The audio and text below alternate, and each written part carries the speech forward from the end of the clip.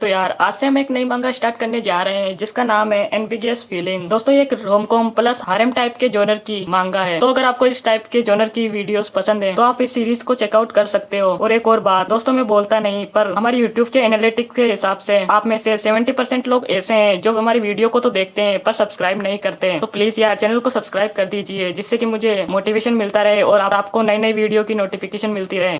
तो यार एपिसोड 1 की स्टार्टिंग में एक लड़की कहती है कि माइकल येलिंग तुम छुपते छुपाते हुए कहाँ जा रहे हो। तब वो लड़का कहता है कि मैं जॉन से मिलने जा रहा हूँ। तब इस लड़के के बारे में बताया जाता है जिसका नाम माइकल येलिंग होता है जो कि 18 साल का होता है और इसके नेशनल कॉलेज एंट्रेंस एग्जामिनेशन में अब केवल 3 महीने बाकी होते हैं। तब वो लड़का कहता है कि मैं तुमसे बाद में बात करता हूँ और वो लड़की उसे बुलाती ही रह जाती है। तब वो लड़की कहती है कि माइकल हमारे पास एग्जाम के लिए केवल 3 महीने बाकी हैं। क्या तुम्हें लगता है कि अगर तुम ऐसे ही करते रहे तो तुम पास हो पाओगे। तब माइकल कहता है कि मैं हमेशा गधों की तरह नहीं पढ़ सकता एग्जाम के लिए। तब वो लड़की कहती है गधों से तुम्हारा क्या मतलब। तब माइकल कहता है कि मैं ये तुम्हारे लिए नहीं कह रहा था मेरी चेन, मुझ पर अपना टाइम वेस्ट मत करो, मैं इसमें बिल्कुल अच्छा नहीं हूँ। तब मेरी कहती है कि माइकल हार मत मानो, पर माइकल उसकी बात सुने बिना ही वहाँ से चला जाता है। तब एक दूसरा लड़का क्लास में आता है और कहता है कि मेरी पागल मत बनो। वो लड़का दरअसल क्लास का मॉनिटर होता है। तब वो कहता है कि क्या तुम्हें पता नहीं कि माइकल लिंग जैसा लड़का है वो हमारी तरह नहीं है, उस जैसे लूजर की फिक्र मत करो। तब मेरी कहती है कि मुझे नहीं लगता कि माइकल वैसा लड़का है जैसा कि तुम बोल रहे हो। तब सीन शिफ्ट होता है, माइकल को दिखाया जाता है जिसे कि कॉलेज का सिक्योरिटी गार्ड ढूंढ रहा होता है, पर माइकल उससे छुपकर बाहर निकल जाता है और सड़क पर जाते हुए सोचता है कि क्लास बंक करना कितना मजेदार होता है। तो माइकल सोचता है कि मुझे भी पढ़ाई करना पसंद है, पर और मैं इस जूनियर हाई स्कूल में एएस भी था। तो माइकल एक लड़की के बारे में सोचता है जिसका नाम नीसो होता है। तो वह लड़की माइकल से कहती है कि माइकल क्या तुम मेरे इसमें हेल्प कर सकते हो। तो माइकल कहता है कि लाओ मुझे दिखाओ। तो माइकल सोचता है कि ये बड़ी आंखों वाली लड़की किसी डॉल की तरह लगती है। तभी क्लास का एक टीचर कहता है कि नीसो और माइकल जल्दी से ऑफिस में आओ। ऑफिस के अंदर माइकल और नीसो के डैड होते हैं। तब माइकल के डैड कहते हैं कि बेवकूफ माइकल तुमने इस बार क्या किया है। तब माइकल के डैड उसे मारने लगते हैं। तो वह क्लास टीचर कहता है कि माइकल अभी बच्चा है तो उसे मारिए मत। तब माइकल कहता है कि डैड मैंने कुछ गलत नहीं किया।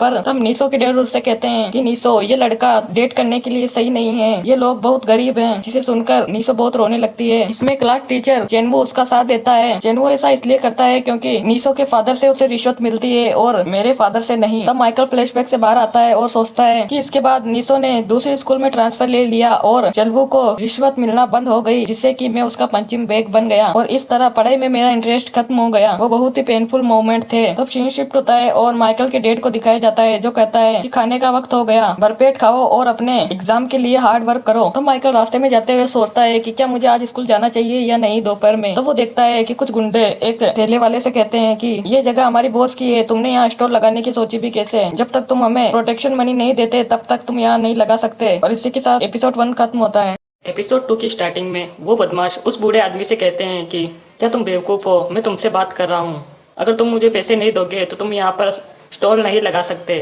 तब वो बूढ़ा उन लोगों को देखने लगता है। तब वो बदमाश कहते हैं कि हमें इस तरह घूरना बंद करो। तब वो बूढ़ा कहता है कि मेरे पास देने के लिए तुम्हें कुछ नहीं है। तब वो बदमाश उस बूढ़े से कहता है कि तुम्हारी ऐसा कहने की हिम्मत कैसी हुई, लगता है तुम सीधे तरीके से नहीं समझोगे।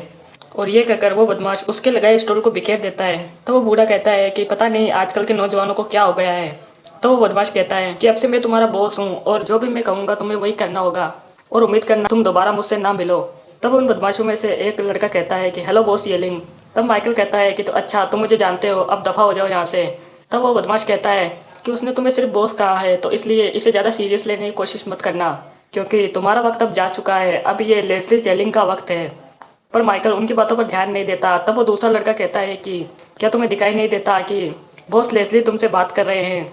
तब माइकल उस लड़के का गला पकड़कर उसे ऊपर उठा लेता है और कहता है कि तुमने सही कहा, ये मेरा वक्त नहीं है, पर इसका मतलब ये नहीं कि मैं तुम्हें मार नहीं सकता।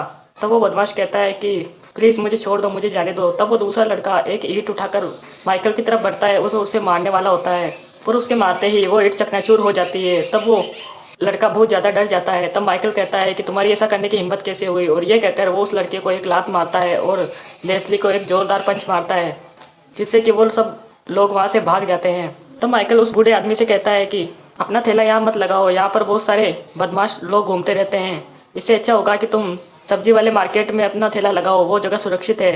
तब वो बूढ़ा माइकल को देखने लगता है। तो माइकल कहता है कि आखिरकार तुम मुझे ऐसे क्यों देख रहे हो। तो वो बूढ़ा कहता है क्या तुम किसी शाओलिन की शिष्य हो, अगर ऐसा नहीं होता तो तुम्हें गोल्डन बेल कुनफू कैसे आता। तो माइकल कहता है कि बकवास, तुमने लगता है तुमने बहुत सारी कुंफू स्टोरीज पढ़ रखी है। तब वो बूढ़ा कहता है कि आखिर अगर तुम्हें कुंफू नहीं आता तो वो ईंट तुम्हें छूते ही टूट क्यों गई।